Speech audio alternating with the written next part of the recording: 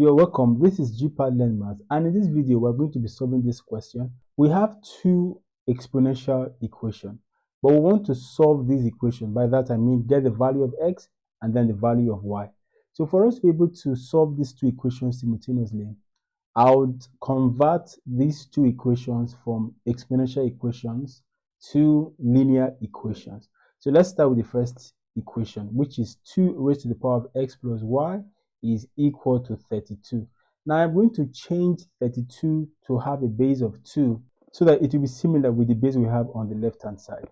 So let's do that right away. Now 32 is equal to 2 raised to the power of 5. So I'm going to take the 32 off and replace it with 2 raised to the power of 5. Now that the bases are the same, we can equate the exponent. So it is safe to write that x plus y is equal to 5. And let's call this equation 1. We're going to do the same thing to the second exponential equation. So moving on to the second equation, which is 3 raised to the power of 3y minus x is equal to 27. But I won't be writing 27 because, again, I want to equate the exponent.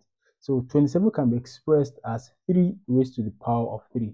Now, like I did in the first equation, I'll do the same thing here. I'm going to equate the exponent. So this will be 3y minus x is equal to 3. Now, I'll write the second equation under the first equation, but I want to rearrange the terms so that x will line up with x and y will line up with y. So I won't be starting with 3y minus x.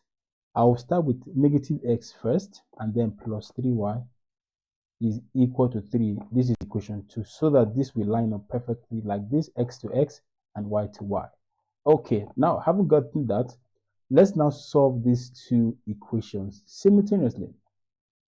Now to do that, I want to use the elimination method to get rid of x and then get the value of y, after which I'll go get the value of x.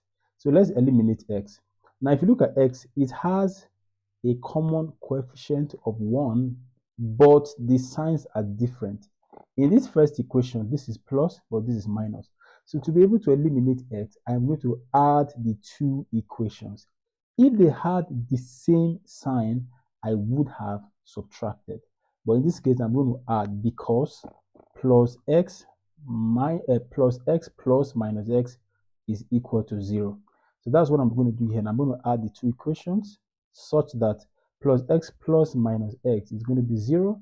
And then y plus 3y is 4y. And 5 plus 3 is 8.